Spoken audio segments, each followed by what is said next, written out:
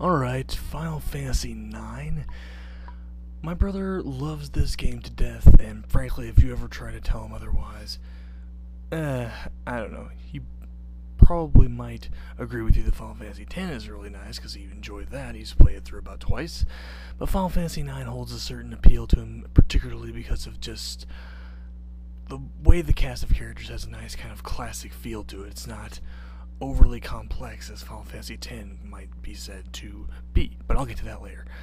On to Final Fantasy IX, there's a reason why it's very popular still, and I imagine that's because of the resemblance it has to Final Fantasy I and everything going on up even to 6. The kind of feeling that you're in a world that is not today. It's almost like you're in the Middle Ages or Dark Ages, but there's also this mixture of technology, which kind of is how Final Fantasy VII attempted, but it didn't work as well. But Final Fantasy 1 through 6 either had a pretty primitive system with some magical artifacts that enabled airships to fly, when otherwise they would just be giant floating boats with propellers on top. Or as far as something like, Magicite or something to that effect. And then we have 9, where we have the concept of mist, which has a similar resemblance to things like Magicite, except mist seems to only allow you to create monsters. And pretty ugly ones at that, but that's not the point. The point is that we have also within this world, besides this general kind of mysterious substance that comes from who knows where, but we also have this kind of organization of characters. We have Vivi, who is a black mage because he has the traditional black mage look with a funny little tan hat and you can't see his face, stuff like that. We have some less traditional looking characters, such maybe as maybe Amarant Coral has the least traditional feel because he is actually blending two classes, a monk and a ninja, because he can throw items, but initially you also notice he can use kind of monk abilities that involve chakra or subtle ability to heal, those sorts of things. But then we have characters like Freya, who's a dragoon / dragon knight, Aiko and Garnet, who are both summoners and white mages. Garnet actually wears white mage clothes, the kind of robe with those little red and white triangles.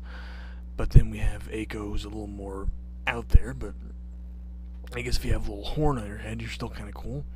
And then we have Steiner, who has the nice knight armor and all that.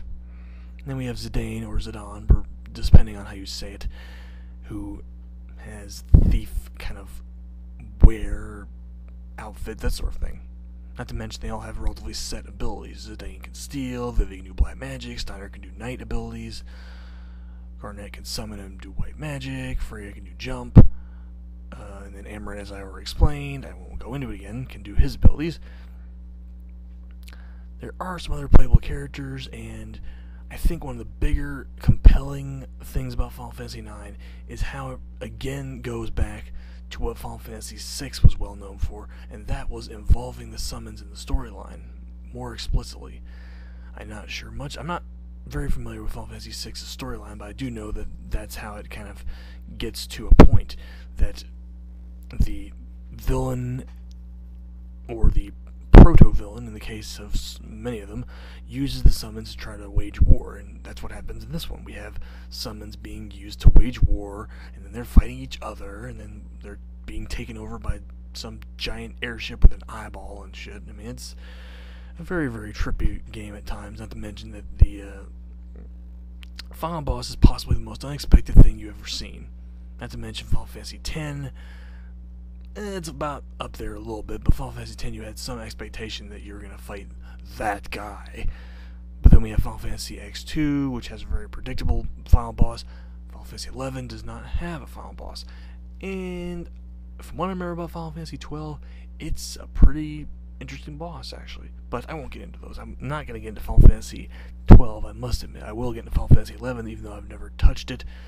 But I've done enough research that I feel confident enough to do something of a good presentation about it. With Final Fantasy IX, to continue on, we have a lot of interesting relations. I noticed something that we have Sid and Hilda, which I believe is a reference to Final Fantasy 4 or Final Fantasy 3, or never mind, Final Fantasy 2 actually, because we have Hilda and we have Sid and we have this interesting relationship, even though it's not like the Sid and Hilda in 9. But 9 also has an interesting, it has a world that you could almost propose in a kind of online forum RPG. You could have these little areas for each of them. Not to mention, you have, I forgot, the most interesting characteristic within Final Fantasy 9 is not the chocobo thing, which is, it gets a little weird.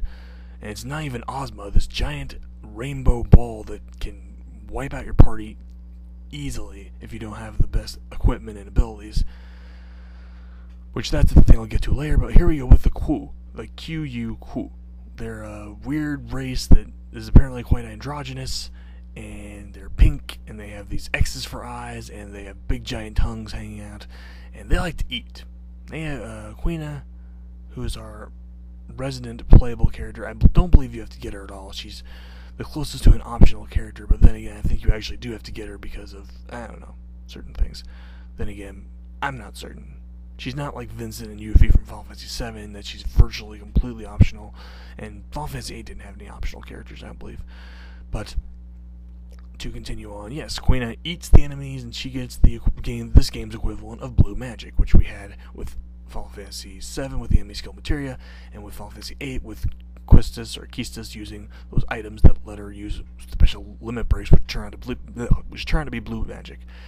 A few more things to conclude here would be the ability, or the new kind of ultimate attack thing called Trance, where you actually, it's still kind of limited in that you just get one kind of special attack.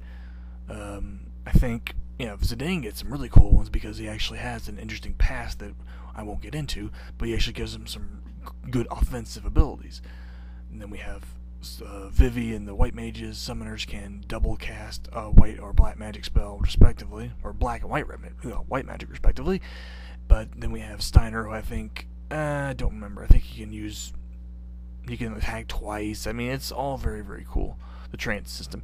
And then the equipment system, which is, I'd suffice to say it's better, never mind.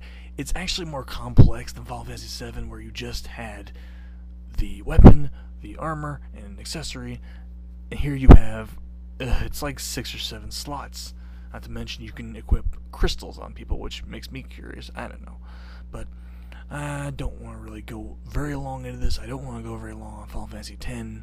I might go a little longer on those, and 10 too. But expect Final Fantasy 11 to be a little shorter. This one's going to be, a little shorter. And, yeah.